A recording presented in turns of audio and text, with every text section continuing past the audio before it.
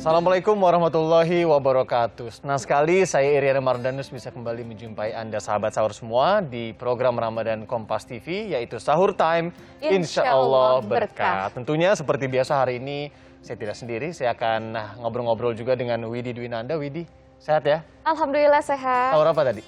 Sahur tadi yang pasti ada sayurannya, ada lauknya. Nanti kamu ngiler lagi. Penting ya. Dan jangan lupa untuk sahabat sahur di rumah juga segera ini udah mau mendekati waktu Imsak. sahur, kemudian juga biar nggak keburu-buru nanti pas imsak sahurnya disegerakan. Nah, hari ini juga kita akan kembali membahas tema-tema yang tentunya insya Allah bermanfaat bagi sahabat sahur semua. Tema kita hari ini adalah peran pegadaian syariah dalam inklusi keuangan syariah. Nah, untuk membahasnya, saya mau nanya dulu nih ke Widi. Widi, kamu merasa nggak sih kalau sekarang ini ya, apalagi di zaman pandemi COVID-19, kita dekat sekali dengan teknologi, dengan smartphone, itu apa-apa mudah. Apalagi kayak aplikasi keuangan, investasi, bahkan pegadaian juga udah ada di digital begitu ya? Ya, itu betul banget. Ini juga pasti ada dampak positif ya dari inklusi keuangan yang memang sudah dilakukan oleh berbagai pihak, oleh banyak pihak. Salah satunya ya pegadaian syariah ini yang akhirnya memberikan kemudahan bagi kita semua seperti itu. Tapi bagaimana kemudian Islam melihat fenomena ini? Kemudian juga apa itu sebenarnya inklusi keuangan? Untuk membahasnya sudah hadir di studio Kompas TV ada dua narasumber spesial hari ini. Yang pertama saya perkenalkan yang di dekat saya dulu, ini ada Bapak Haryanto Widodo. Ya. Ini sebagai Direktur Pengembangan Produk dan Pemasaran PT Pegadaian ya Pak ya? Ya betul Mas. Apa kabar Pak? Sehat? Alhamdulillah sehat. Alhamdulillah. Silakan Widi yang di dekat Widi. Dan juga yang di dekat saya ada Kiai Haji Samsul Ma'ruf selaku Ketua PWNU Jakarta. Assalamualaikum Kiai, apa kabar? Waalaikumsalam warahmatullahi wabarakatuh. Baik, alhamdulillah. Alhamdulillah. Ini yang kedua ya. Mudah-mudahan kita bisa memanfaatkan bulan Ramadan ini. Di samping untuk mendekatkan diri kepada Allah, juga mendekatkan diri kepada sesama manusia. Amin. Amin. Dengan cara ya pegadaian syariah. Iya. Insya Allah. Ya. Insya Allah. Jadi pembicaraan kita pastinya bermanfaat dan juga memiliki nilai keberkahan ya Yanda. Harapannya Ya? tentu ke situ ya. Betul. Mungkin, tapi senang banget nih ngelihat semangat narasumber kita ya, pada semangat banget nih. Walaupun di waktu-waktu sahur seperti ini ya, Widi ya. Masa-masa kritis ya. Masa-masa kritis, ngantuk-ngantuk dikit. Ngantuk-ngantuk Jangan lupa gimana? niat sahur ya, jangan lupa jangan ketinggalan niatnya.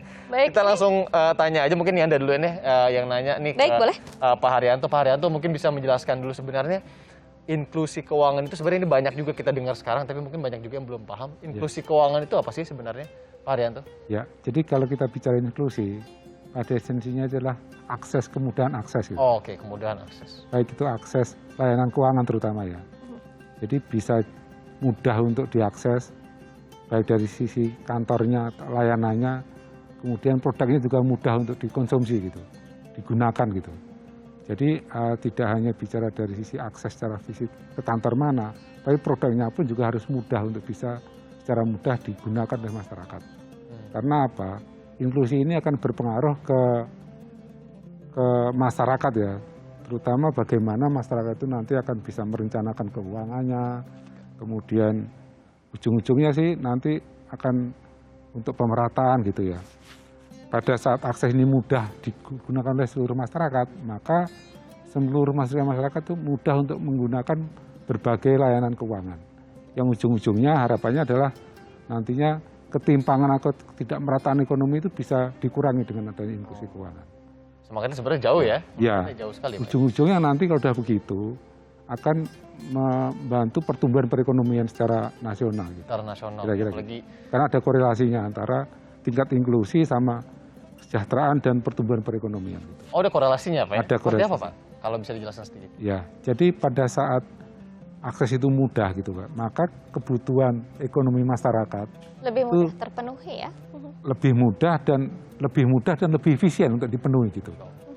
Ada efisiennya gitu Mbak. Jadi di samping mudah juga akan lebih efisien. Sehingga ujung-ujungnya akan meningkatkan kemakmuran gitu kan. Misalnya ada banyak ini nih, apa itu, berbagai kebutuhan kan. Kemudian layanannya itu mudah dan pasti kompetitif kan, karena akan banyak ini, apalagi yang formal gitu. Baik. Yang keuangan formal kan, sehingga harapannya adalah nanti masyarakat akan lebih mudah untuk merencanakan memenuhi kebutuhan keuangannya, begitu terencana otomatis harapannya adalah lebih efisien dan lebih mudah gitu.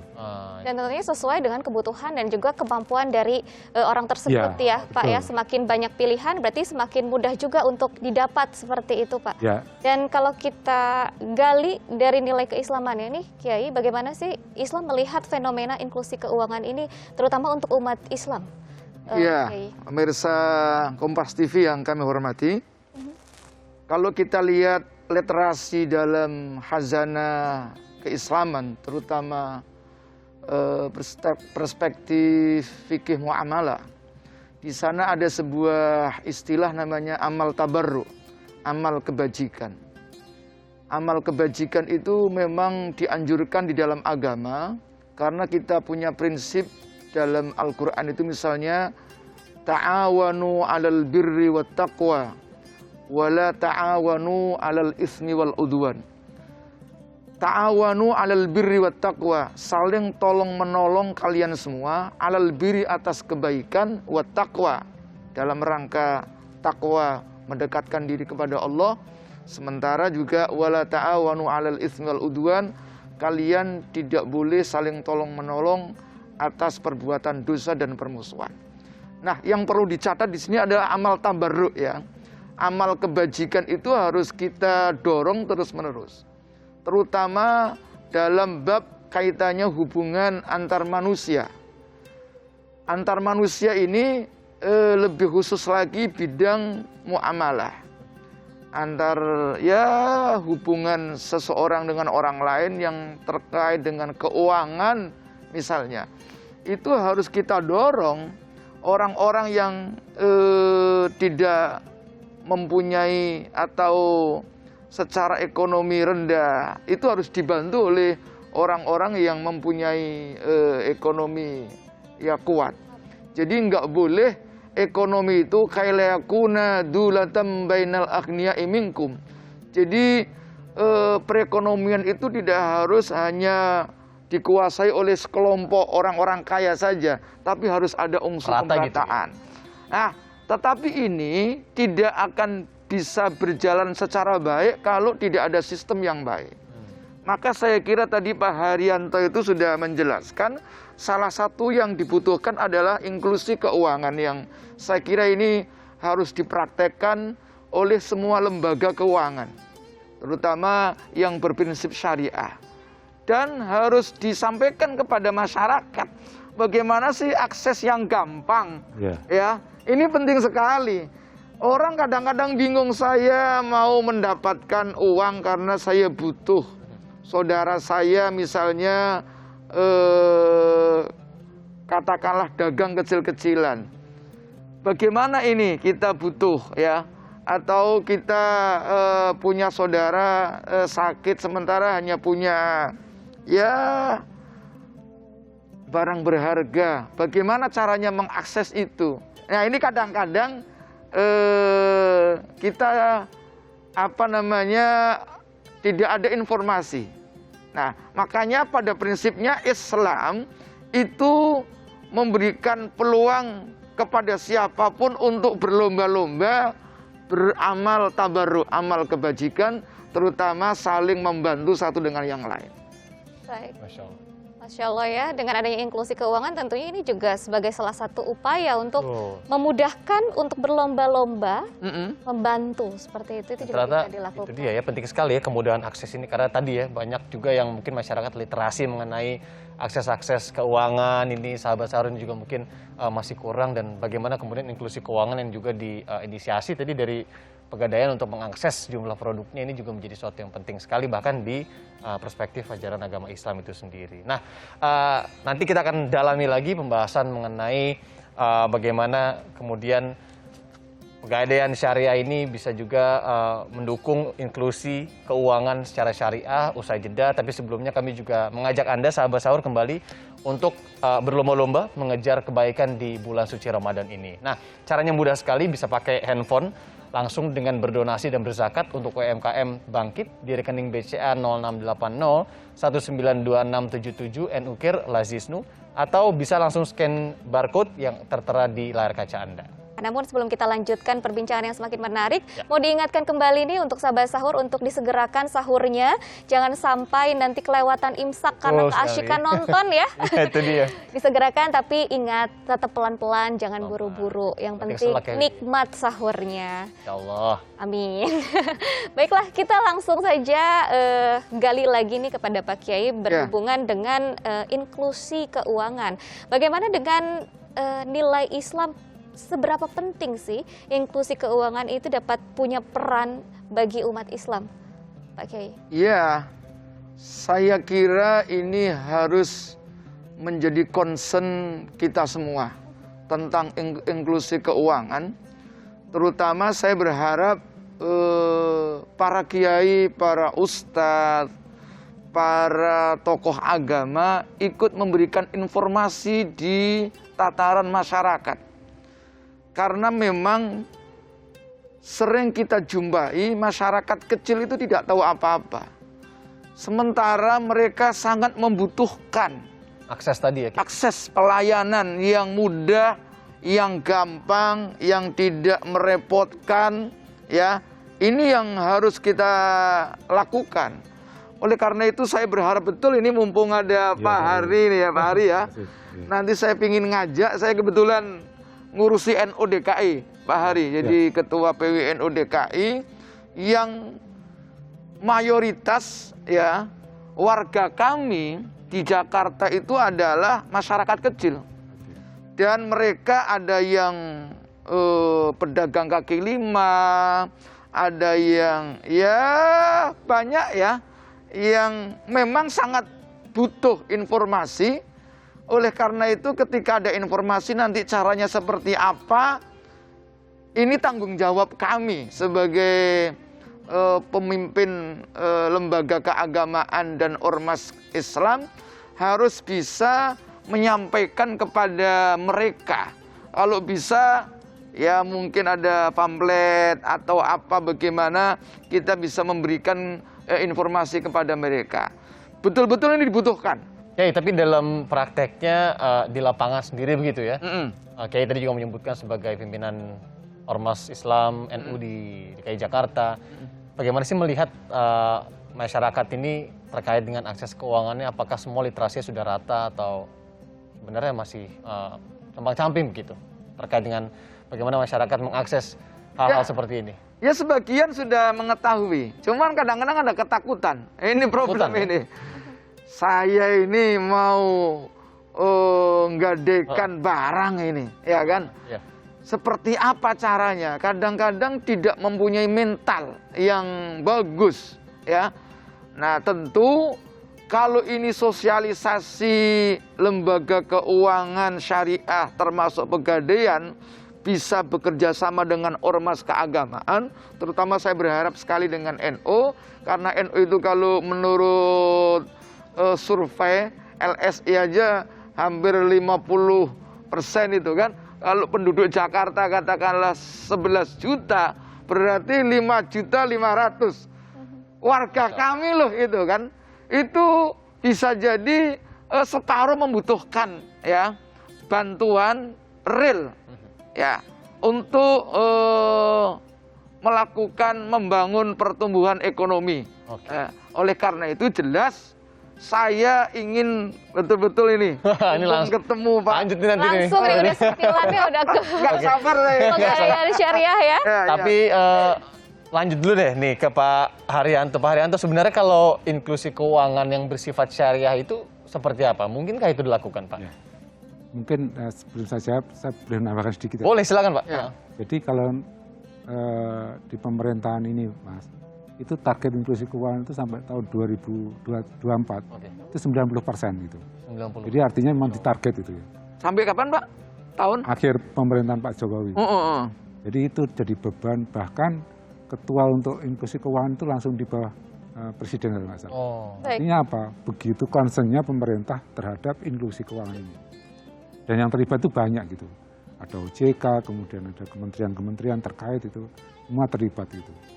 Artinya apa? Ini menjadi concern pemerintah bahwa karena itu tadi bahwa dengan inklusi yang baik maka akan meningkatkan kesejahteraan memeratakan pembangunan, dan menumbuhkan perekonomian kira-kira gitu. Nah, kembali ke apa tadi? Pegadaian ya, bagaimana perannya di inklusi keuangan syariah gitu ya. Kalau kita bicara untuk inklusi, kan kata kuncinya adalah kemudahan akses ya. Maka ada dua nih, ada dari sisi layanan dan dari sisi produk. Dari sisi layanan artinya bahwa Pegadaian ini sekarang udah punya 600 yang khusus untuk apa? Untuk melayani syariah, Pak. Ada 600. 600 apa itu, Pak? 600 cabang atau outlet. Oh, ya. Tapi bukan berarti kita kan punya Pegadaian itu kan ada konvennya juga. Produk-produk syariah ini bisa juga diakses lewat konvensional gitu, di channeling kan istilahnya. Jadi semakin luas gitu, Pak Yai. Cakupannya jadi lebih luas. Cakupannya dari sisi fisik ya. Di samping Pegadaian juga punya agen-agen Pegadaian gitu ya, yang syariah yang tersebar juga. Ini juga konsepnya adalah ekonomi sharing gitu. Masyarakat yang punya apa itu warung misalnya, kemudian dia menjadi agen Pegadaian syariah, maka dia akan dapat penghasilan dari fee sharing transaksinya, sehingga akan lebih luas lagi gitu. Di samping kantornya Pegadaian juga kantornya agen-agen ini juga aktif. Ya. Kalau di tingkat kecamatan harus datang kemana itu, Pak? Jadi di kami itu kalau Pegadaiannya itu hampir semua ada di hampir semua kecamatan itu ada, hampir ya. Kecamatan ada, Pak ya? Karena kita punya hampir 5.000, 4.000 gerai Pegadaian. gerai Pegadaian, 4.200-an. Yang agen-agen tadi, Pak ya? Belum lagi agen-agen yang memang tersebar pasti lebih meluas Ya, lagi lebih di meluas masyarakat lagi. begitu. Mayoritas UMKM berarti, Pak ya? Ya, jadi kalau kita bicara siapa sih yang dilayani Pegadaian? Pegadaian itu hampir 92% Pak yang dilayani itu di bawah 10 juta. Rata-rata pinjamannya itu hanya 4,3 juta yang untuk gade ya. Yang non gade itu hanya 18 juta. Jadi memang masih kategori UMKM yang mikro gitu. Nah, tadi itu ya. Jadi di samping gerai layanannya yang kita tambah, di samping digital ya. Jadi ada outlet yang kita tambah, channeling di konven, kemudian ada agen. Kita juga punya platform digital yang bisa diakses secara digital. Oh, iya. Pegadaian digital syariah itu ada, PDS syariah itu Tinggal di gadget aja, Pak ya? Ya. Artinya, dan kita juga kerjasama dengan institusi-institusi, Pak. Jadi tim kami juga bekerja sama dengan beberapa institusi yang mereka dijadikan agen gitu. Misalnya ada pesantren atau apa gitu. Sehingga akan lebih luas lagi jangkauannya. Itu yang kaitannya sama gerai layanannya. Kemudian yang kaitannya dengan produknya, otomatis kan masyarakatnya kan luas nih Pak ya. Sehingga kami juga membuat produk-produk yang sekiranya bisa memenuhi kebutuhan masyarakat itu. Jadi apa aja itu, Pak, produknya, Pak? Jadi di samping gade, kami punya misalnya Arum BPKB. Jadi pembiayaan bersama BPKB. Berbasis syariah, Pak, Arum BPKB. Ada namanya Arum Mas. Ada namanya Amanah. Amanah ini pembiayaan kendaraan bermotor berbasis syariah, Pak. Kemudian ada namanya Arum Haji. Kemudian kita juga punya Rahan Tasjili Tanah atau RTT atau Gade Tanah, Gade Sertifikat lah. Jadi produk-produk inilah yang melengkapi supaya berbagai motif kebutuhan masyarakat tadi bisa diakomodir oleh Pegadaian syariah gitu. Jadi ada dua apa yang dilakukan oleh Pegadaian. Dan yang paling penting Pak Yai, bahwa dalam kegiatan operasionalnya untuk mewakili masyarakat Muslim tadi itu, kami itu diawasi oleh Dewan Pengawas Syariah. Oh, oke. Ya. Yang penting juga ya. Ya, jadi kami ada dua, Pak Yai Holil Nafis, Pak Asrarun Ni'am, itu yang menjadi pengawas kami. Beliau-beliaulah yang secara rutin mengawasi apakah produk-produknya Sesuai cara dengan beroperasi syariah sesuai apa dengan tidak ya? syariah apa tidak gitu. Sehingga insya Allah kepentingan sa'inya masyarakat umat muslim ini terlindungi gitu Mbak. Amin. Baik. Jadi, Dan tidak perlu diragukan lagi ya Pak? ya karena memang diawasi begitu kami Baik. nggak sesuai, beliau akan Negor langsung, Pak. negor, Tegur disemprit langsung, gitu. baik. Jadi ada dua, kami satu dari kesarehannya itu ada DPS, kemudian dari sisi regulasinya kami tetap harus tunduk dari OJK. Oh, Jadi OJK itu tetap melihat sebelum diusulkan ke OJK produk layanannya itu sudah dapat opini dari DPS apa belum, gitu Pak. Betul, betul. Jadi bukan bisa atau tidak lagi ya, bahkan tadi sudah diawasi secara langsung sahabat Sahur juga dari OJK dan tadi ada DPS bila mana ini tidak sesuai syariah, kemudian Pegadaian syariahnya juga demi mendukung inklusi syariah ini pasti bisa langsung Tegor tadi ya, Pak Haryanto ya. Pengawasannya sangat ketat berarti Pengawasannya ya, sangat Yanda. ketat, betul sekali. Dan tidak hanya Widi dan Yanda, sahabat sahur nanya nih, sekali lagi kami mengingatkan, sahabat sahur juga bisa nanya ya, Widi ya? Ya betul, bisa tanya langsung melalui Instagram kami, yaitu @sahurtimekompas.tv, dan akan langsung dijawab oleh dua narasumber yang begitu luar biasa pada hari ini ya, yang begitu kompeten untuk menjawab pertanyaan Anda. Nah, sahabat sahur, kita masih membahas bagaimana pegadaian syariah ini juga bisa kemudian mendukung inklusi keuangan syariah. Tapi tadi juga sudah dibahas sedikit banyak yang mengenai inklusi syariah, kemudian juga dari pegadaian itu sendiri. Lanjut ke Pak Kiai. Pak Kiai, kira-kira kalau inklusi keuangan yang baik dan sesuai prinsip-prinsip Islam itu seperti apa sih? Mungkin bisa dijelaskan? Iya, pemirsa sahabat sahur yang dirahmati Allah Subhanahu wa Ta'ala. Jadi memang kalau kita membuka literasi kitab-kitab kuning ya, ada satu prinsip dalam jual beli itu, misalnya ya, al aslu fil muamalah al ibahah. Asal dari muamalah itu pada dasarnya diperbolehkan. Ya, kecuali ada hal-hal yang diindikasikan, pertama misalnya ada unsur ribawinya, ya itu tidak boleh. Ada unsur misalnya horornya, tipunya, ada unsur maisir, judinya, atau unsur doror, bisa membahayakan. Nah, itu yang dibuat prinsip dalam ketentuan-ketentuan syariah. Selagi itu tidak ada, maka pada dasarnya semua jenis kegiatan keuangan, ya, kalau dalam fikih masuk dalam kategori bab umum, yaitu muamalah, itu diperbolehkan, bahkan dianjurkan. Rasulullah SAW itu misalnya pernah menggadaikan baju besinya untuk mendapatkan makanan pokok dalam situasi tertentu, dan itu Rasulullah menggadaikan kepada orang Yahudi. Bayangkan itu. Oh iya, iya. Kalau sekarang kan sedikit-sedikit Yahudi macam-macam, kalau beda agama itu kayaknya nggak boleh melakukan transaksi keuangan gitu kan. Ternyata enggak ya. Ini sekalian menemukan bahwa non-Islam pun maksudnya nggak apa-apa gitu ya. Secara syariah sah-sah saja seperti Jadi itu. kalau namanya duit itu nggak mengenal agama, ini duitnya agamanya apa.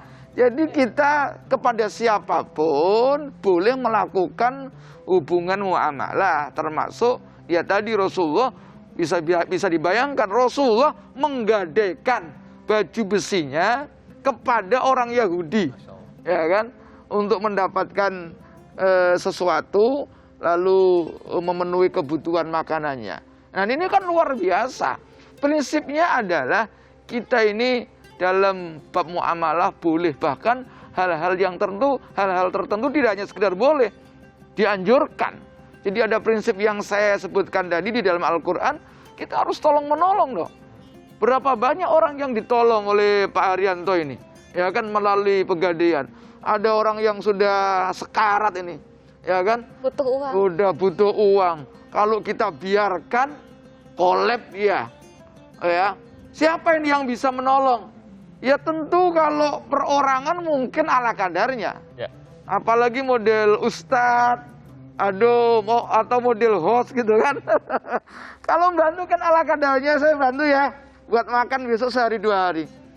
Itu baik, tapi ada yang lebih baik lagi, tidak hanya memberikan ikan, tapi kita memberikan kail, memberikan pancingnya, memberikan cangkulnya.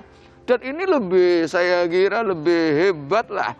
Dari segi pegadaian sendiri, pegadaian syariah, apa saja sih upaya-upaya yang telah dilakukan untuk menciptakan inklusi keuangan yang syariah, Pak? Ya, tadi sedikit sudah saya sebut ya. Jadi ada 2 effort gitu. Satu dari sisi memperluas layanan lewat networking tadi itu. Kemudian yang kedua adalah menambah jenis produk. Baik. Sehingga berbagai kebutuhan ini bisa diakomodir. Nah, ini produknya menarik nih. Produknya ada apa saja nih? Penawarannya pasti kalau semakin banyak, kemudahannya juga akan terpenuhi seperti itu ya, Pak ya? Tadi yang saya sebutkan tadi ya, jadi ada yang berbasis rahan atau gadai, atau yang non rahan gitu. Yang berbasis rahan itu ada rahan ya, kemudian yang berbasis non rahan itu rahannya ada banyak, ada rahan tasjili tanah, ada rahan rahan tasjili untuk pembiayaan kendaraan dan lain sebagainya. Ya. Kemudian ada juga yang rahan tapi yang diangsur, namanya arumas gitu.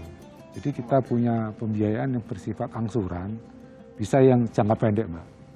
Baik. Yang karena kan gini, kadang-kadang masyarakat itu butuh modal yang sifatnya itu jangka pendek tapi cepat, Pak ya. Betul ya. Karena kesempatan itu kadang, ini contoh di lapangan ya, seperti kemarin misalnya sebelum puasa. Ada syarat-syaratnya Ya. yang seperti apa Pak misalnya Ya, Pak? banyak masyarakat yang butuh modal kerja itu jangka pendek gitu, karena hanya untuk jualan kuliner selama Bulan sahur, Ramadan. bulan puasa gitu. Itu kan jangka pendek ya. Betul. Sehingga makanya itu yang cocok adalah untuk rahan atau gadai gitu. Ya. Kemudian tapi ada yang lebih jangka panjang gitu. Oh, itu untuk pembiayaan yang sifatnya usaha yang lebih Besar lagi. Besar. 2 ya. tahun besar dan lama gitu. Oh, oke. Sehingga dia misalnya berdagang antar pulau gitu Pak Yai. Jadi bukan usaha musiman ya Pak ya? Untuk usaha. Nah, itu dia kan harus berhitung betul cash flow-nya seperti apa, kapan dia harus mengangsur gitu. Maka yang bersifat angsuran gitu ya, apa itu ada produk namanya arumas itu kan, atau pembiayaan yang lain seperti lahan tasjili tanah tadi itu Pak Yai. Kemudian kalau untuk pembiayaan kendaraan bermotor ada amanah gitu kan. Sehingga mereka bisa menyesuaikan bisnisnya itu menghasilkan cash flow berapa, saya mampu mengangsur berapa lama gitu. Jadi detail sekali ya Pak Haryanto ya? Ya ini karena itu tadi Mas, supaya produk ini prinsipnya inklusi kan supaya produk itu mudah dan sesuai dengan masyarakat itu. Makanya pembentukan produk-produk yang lebih beragam dan sesuai itu penting gitu juga. Jadi lebih optimal untuk digunakan oleh masyarakat secara umum. Gitu. Untuk kemudahan akses ini juga ya untuk mendapatkan layanan keuangan juga tentunya berkaitan dengan syarat-syarat yang tadi sudah yang ingin ditanyakan oleh Kiai ini. Untuk syarat-syaratnya apa juga ada kemudahan-kemudahan yang dikeluarkan oleh Pegadaian Syariah untuk membantu mungkin? Kalau persyaratan KYC itu standar Mbak, jadi standar dia digunakan untuk apa, kemudian KTP-nya di mana dan usahanya apa gitu. Karena ini juga akan menjadi database-nya perusahaan atau bahkan nanti akan di-store di kementerian Pak Yai. Untuk program-program misalnya kayak PEN kemarin itu kan, program BPUM dan lain sebagainya atau subsidi bunga. Ini kan harus mengetahui karakter masing-masing pengusaha-pengusaha ini kan. Sehingga nanti kalau ada program-program tertentu ini akan lebih mudah untuk diberikan gitu Pak Yai. Sejauh ini untuk target paling utama dalam hal inklusi keuangan syariah itu apakah lebih ke pengusaha ataupun orang-orang umum pada lainnya gitu? Lebih ke masyarakat umum, Mbak. Masyarakat umum, ya? Karena seperti saya bilang tadi itu bahwa siapapun masyarakatnya pada saat dia bisa memenuhi kebutuhan keuangannya dengan lebih baik, lebih mudah, lebih efisien, ujung-ujungnya keluarga itu akan lebih sejahtera ke depannya gitu. Esensinya itu. Maksud dan tujuannya inklusi itu Mbak. Jadi kalau dikatakan targetnya siapa, ya seluruh masyarakat itu. Supaya mereka kalau membutuhkan sesuatu kebutuhan keuangan tertentu gitu, dia bisa memilih dengan tepat dan mudah gitu. Sesuai dengan kemampuan. Dengan kebutuhan dan Juga kemampuan kebutuhan. mereka. Kalau sesuai data aja Pak Haryanto ini yang paling difavoritin masyarakat sekarang kalau dari produk dari Pegadaian Syariah sendiri seperti apa nih? Kalau mayoritas masih rahan atau gadai ya, itu masih porsinya masih besar. Tapi juga kita punya beberapa produk seperti misalnya tabungan emas, kemudian arum haji, arum safar gitu ya. Jadi arum safar itu pembiayaan perjalanan safar Pak Haji, apa itu? Wisata religi. Travel lah gitu ya. Baik, Bisa wisata untuk religi haji, ya Pak ya? bisa untuk religi, tapi kita bebasin nantinya. Kalau katakanlah, tapi ini kan pandemi ya. Dulu itu niatnya milenial itu kan kadang-kadang kan Senang jalan-jalan ya. ya jalan-jalan itu nomor satu kan. Kita giring mereka Iya. untuk menabung emas, kemudian deposit tabungannya itu bisa digunakan untuk pembiayaan travelingnya dia gitu Mbak. Oh, baik. Itu konsepnya begitu, yang tabungan emas ya. Tabungan emas itu ya. Ya. Kemudian juga sebenarnya juga ada penasaran sedikit ya Anda untuk Pak Haryanto nih bagaimana kemudian inklusi keuangannya juga yang menyasar kaum milenial Pak Haryanto. Karena kan Oke. sekarang dikit-dikit ya generasi milenial ini sangat dekat sekali ya dengan gadget dan platform-platform media sosial ya. Nah, tapi ini akan kami diskusikan, kami bahas usai jeda. Dan kami juga mau mengingatkan untuk sahabat sahur ini masih punya waktu sedikit lagi untuk mengirimkan pertanyaannya langsung melalui Instagram @sahurtimekompastv. Nanti insya Allah akan kita bacakan dan tanyakan langsung ke Pak Haryanto dan Kiai Syamsul Ma'arif di studio. Insya Allah nanti juga akan mendapatkan jawaban yang tentunya bermanfaat. Dan yang ingin saya tanyakan berdasarkan pertanyaan yang sudah hadir nih melalui DM kita ya di Instagram @sahurtimekompastv. Jika ada nasabah pegadaian yang meninggal dunia, siapa yang menjadi ahli waris untuk menggantikan kewajiban dan hak nasabah tersebut? Pak, ini dari @johan96. Nah, silakan Pak Haryanto mungkin. Ya, makasih Mbak Widi. Jadi produk-produk pegadaian itu ada asuransinya Mbak. Jadi insya Allah Aman kalau semuanya, Pak. ada di asuransinya, baik itu yang berbasis rahan maupun yang non-rahan tadi itu. Jadi kalau terjadi apa-apa, katakanlah meninggal si nasabahnya, maka itu akan diganti oleh asuransi. Jadi nanti tinggal ahli warisnya itu datang ke kantor menyerahkan bukti surat meninggal, surat kematian gitu, untuk dibebaskan segala kewajibannya dan barangnya akan dikembalikan atau dianggap lunas gitu. Jadi sudah diasuransikan Pak yang itu. Oke, baik. Nah, Jadi sudah terjamin dan juga sudah tercatat ya. aman, Ya. jangan Langsung khawatir ke gitu ya. ahli warisnya. Baik. Ya. Pertanyaan selanjutnya ini untuk Kiai Syamsul Ma'arif. Kiai, kira-kira hukumnya bagaimana sih kalau di Islam ini investasi secara digital melalui misalkan pegadaian digital tadi, pegadaian syariah melalui aplikasi-aplikasi digital? Iya, jadi yang namanya kegiatan transaksi keuangan itu diatur dalam bab muamalah namanya. Tadi sudah saya sampaikan ada kaidah hukum dalam kajian kitab-kitab kuning itu al-aslu fil muamalati al-ibahah, asal dari muamalah. Termasuk ya apa saja ya, gade dan lain sebagainya ya. Itu adalah boleh ya, asalnya itu boleh. Berbeda dengan al-aslu fil ibadah at-tahrim, asal dari ibadah itu haram kecuali ada dalil yang menunjukkan perintah atau kebolehan. Tapi sebaliknya, selain ibadah itu namanya muamalah. Asal dari muamalah itu pada prinsipnya boleh kecuali ada unsur misalnya ribanya, ya kan? Ya misalnya kullu qardin jarra manfaatan fahuwa riba. Apa saja setiap utang piutang yang menarik sebuah kemanfaatan itu disebut riba.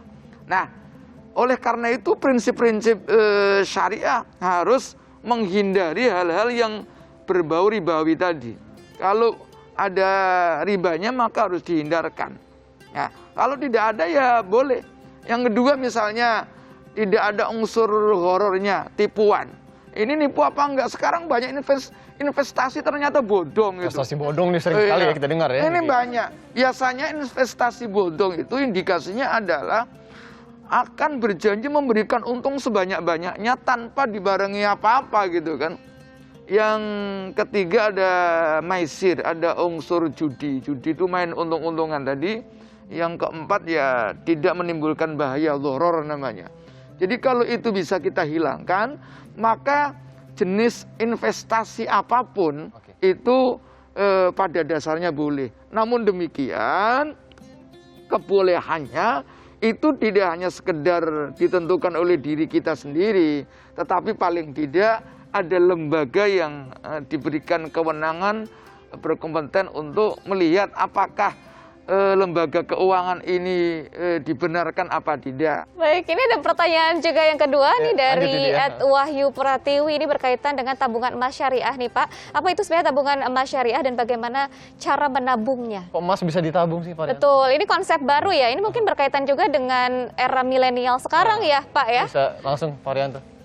Jadi gini Mas Yanda, Mbak Widya.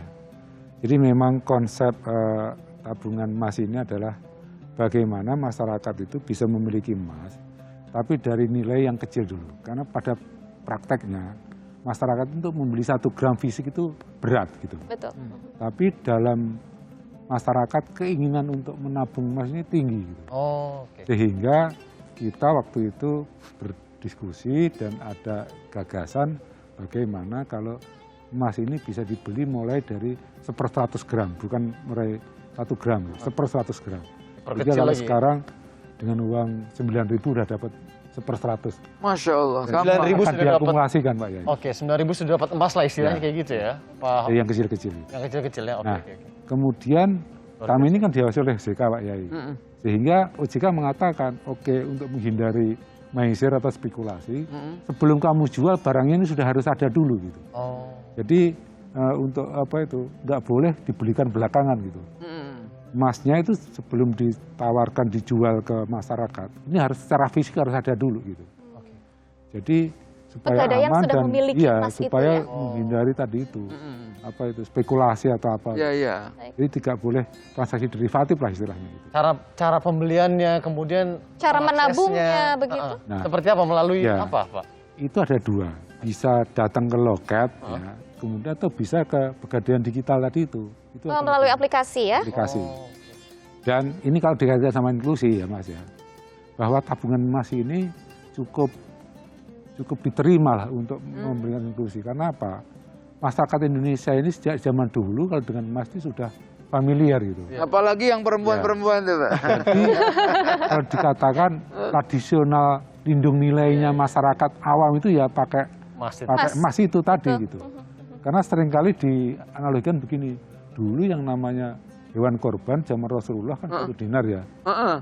Kira-kira kalau sekarang itu relatif sama gitu. Jadi memang nilai emas ini relatif stabil dari waktu ke waktu. Oleh karena itu banyak dijadikan alat untuk nyimpen aset atau lindung nilai terhadap nilai inflasi tadi itu. Gitu Pak Yai. Jadi lewat aplikasi ini siapapun bisa? Bisa, Pak? siapapun bisa. Bisa Tidak perlu menyiapkan uang ratusan ribu rupiah ya, bahkan 9.000. Kalau nggak salah sekarang itu ada program ya. Kalau membuka itu gratis biaya administrasi gitu.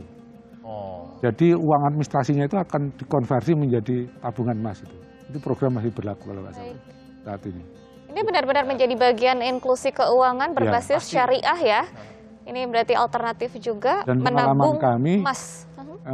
memasarkan tabungan emas ini ke masyarakat lebih mudah, Mbak. Karena itu tadi masyarakat itu turun temurun itu sudah biasa menyimpan emas gitu. Sehingga pada saat masyarakat punya emas, kalau dia membutuhkan nanti biaya mendadak, maka simpanannya tadi itu bisa dijadikan agunan gadai gitu. Dan muknahnya itu lebih murah gitu. Karena apa? Karena memang terstandarisasi dan sudah dalam penguasaan pegadaian. jadi lewat aplikasi ini sudah bisa kemudian misalkan membeli gitu Pak, saya digadaikan langsung di situ juga bisa ya Pak? Bisa. Ini cocok untuk generasi muda. Iya makanya. Ya. Jadi nanti kalau mau menikah nggak perlu lagi mikirin mas kawin. Batangan. Betul. Tinggal sudah punya, oh saya udah punya ini digital ya, iya. ditransfer aja boleh nggak? Top up atau bagaimana? Oleh kadang kan yang menyulitkan kalau mau nikah ini jadi cerita pengalaman guys. Ini kan menentukan misalkan tanggal yang bagus itu kan, waduh emasnya nggak ketemu nih kan 1 gram, 2 gram atau setengah gram gitu kan. Berarti kalau di sini aplikasi bisa Memungkinkan banget ya gitu Pak ya? Oh luar biasa ya, Begitu menarik luar sekali. biasa ya, begitu mudah sekali. sekali. Dan semuanya dilakukan karena ada inklusi keuangan nih Yanda. Alhamdulillah, terima kasih banyak Alhamdulillah. Kiai dan juga Pak Haryanto Ya, sudah memberikan informasi yang insya Allah bermanfaat, juga memberikan wawasan baru kepada kita semua agar bisa memahami lebih dalam lagi mengenai inklusi keuangan dan akhirnya bisa mensejahterakan kita semua, bukan hanya pribadi saja. Dan sahabat sahur, inklusi keuangan syariah ini memang ternyata sangat bermanfaat untuk meningkatkan pemerataan ekonomi dan menghindari kesenjangan sosial. Dengan cepat dan mudahnya mengakses mengakses produk layanan keuangan tentu dapat membantu kita mempersiapkan rencana keuangan yang lebih baik untuk masa mendatang. Betul sekali, alhamdulillahirobbilalamin ya. Semoga juga ini bermanfaat bagi sahabat sahur juga yang sedang menyantap sahur nih. Semoga juga jangan lupa niat karena seru banget nonton kita misalnya. Tercerahkan gitu ya. Itu dia. Dan kami juga mau mengajak Anda sekali lagi sahabat sahur untuk bisa mendapatkan pahala tentunya di bulan suci Ramadan ini dengan berdonasi dan juga berzakat untuk UMKM Bangkit di rekening BCA 0680 1926 77 NU Care Lazisnu, atau bisa langsung scan barcode saja yang berada di pojok kanan layar televisi Anda. Sekali lagi kami berterima kasih atas partisipasi Anda. Jangan lupa juga untuk follow Instagram di @sahurtimekompastv karena akan banyak sekali hadiah dan juga giveaway untuk sahabat sahur semua. Akhir kata, ini sudah 1 jam kita menemani sahabat sahur menyantap sahur nih, Pak Kiai, Pak Arianto, Widi. Sekali lagi kita berterima kasih, dan akhir kata saya Iriana Mardanus dan rekan Widi Dwinanda pamit. Untuk menutup perjumpaan kita kali ini, akan saya persilakan kepada Kiai Syamsul Ma'arif memberikan doa penutup. Wassalamualaikum warahmatullahi wabarakatuh. Kiai, silakan. Para pemirsa, sahabat sahur yang dirahmati Allah Subhanahu wa Ta'ala, marilah kita sempurnakan acara pagi hari ini dengan sama-sama memohon kepada Allah Subhanahu wa Ta'ala. Bismillahirrahmanirrahim. Alhamdulillahirabbil alamin. Hamdan yuwafi ni'amahu wa yukafi'u mazidah. Ya Rabbana lakal hamdu kama yanbaghi li jalali wajhikal karim wa 'azimi sultanik. Allahumma taqabbal minna qiyamana wa siyamana wa ruku'ana wa sujudana wa tadarru'ana wa tammim taqsirana ya Allah ya arhamar rahimin. Allahumma inna nas'alukal afwa wal afiyah wal mu'afata fid dini wad dunya wal akhirah wal fawza bil jannah wan najata minan nar. Rabbana atina fid dunya hasanah wa fil akhirati hasanah wa qina adzabannar. Walhamdulillahi rabbil alamin.